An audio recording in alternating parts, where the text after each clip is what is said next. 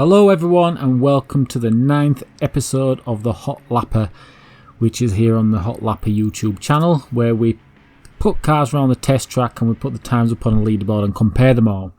If you've been watching the recent episodes, I've been trying to take the Porsche GT3RS off the top basically, and I've failed. I've even put cars with huge horsepower on the track like the Lamborghini Aventador, I've used a Ferrari, I've used a hypercar like the Pagani Huayra, or however you pronounce it.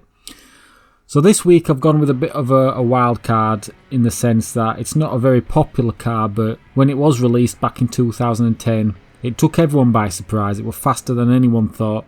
It used a Volvo engine / Yamaha engine. I'm not sure how that came about, but it had 650 horsepower and it was light. It was made out of carbon, and no matter who drove it, they just was surprised by its speed. And I know from past Forza games it's always surprised me, so what I'm going to do is take the Noble M600 out on track and see what it's all about.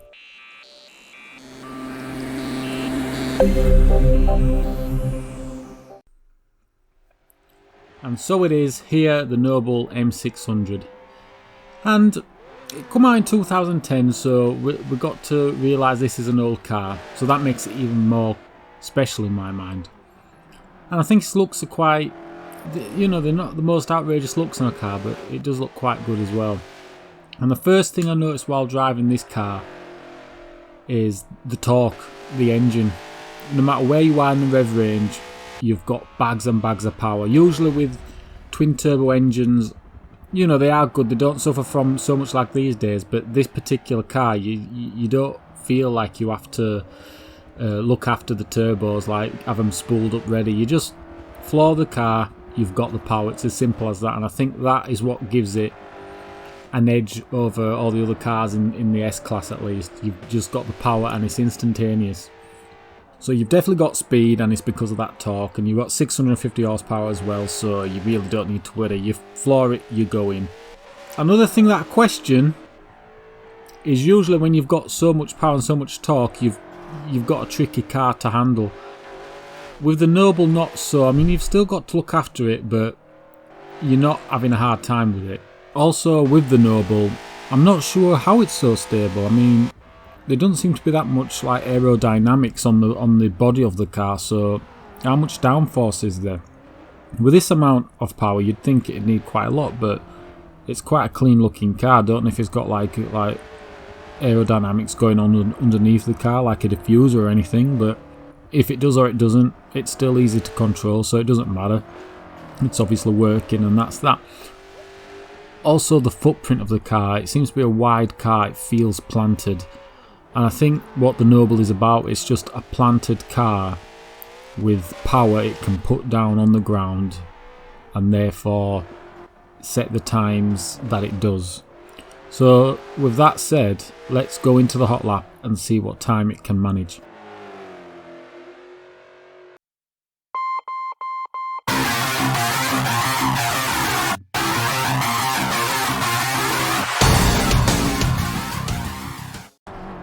Right, here we go, the Noble M600. As you can see, it's going to pass the line here about 150 miles an hour, not about 153. I'm going into the corner here. Even though you can judge and see for yourself that the tyres on the edge of the limit, you can still see the car's not going out of shape. It's still quite controllable. And same again here, you can see the grip is right at the very end of the tyres and lost in some cases, but the car's still staying in shape and pointing where it needs to go, and that's kind of like the trick it's managing to cope with to give it its speed and its lap time. We've rode the curve a bit there, it could have gone a bit quicker I think. And as you can see here, instead of having to go down into third, because it's got that torque, I can stay in fourth gear and not lose the time which shifting would take away from me. And again here we just go over the curve a bit, stay in fourth, and we ride it straight down past the line. And the time we get, is it going to beat the GT3RS? And there we go. And finally, it's done, it's happened. The GT3RS is finally knocked out of its top spot, and there it goes into second place. The Noble M600 52.9. Here we go, the Class S leaderboard. And again, the Noble is obviously at the top, and the Porsche is now second, the Aventador third, the Ferrari fifth, and so we've got like a nice little range there. Top spot finally in the 52 second sector, if you know what I mean. We've got 52.9 leading all the way down to the GTR, which is 56.9. So Class S is really heating up now. Going forwards, I'm wanting to try and fill out the other leaderboard classes. So we've got Class D, which you can see in the background there. It's got the Civic Type R at the top and the Fiesta ST. Class C has got nothing on it. Class A has nothing on it. So I want to start filling them out just a little bit, just to make them classes just a little bit more interesting.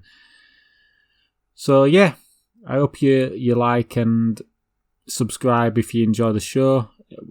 I don't know if you can see it on here, but on the right, on the right hand wall in this room, as I call it leaderboard room, on the right, subscribers get the name put on that wall. So if you want your name put on that wall, hit the subscribe button now, and by next episode your name should be on there.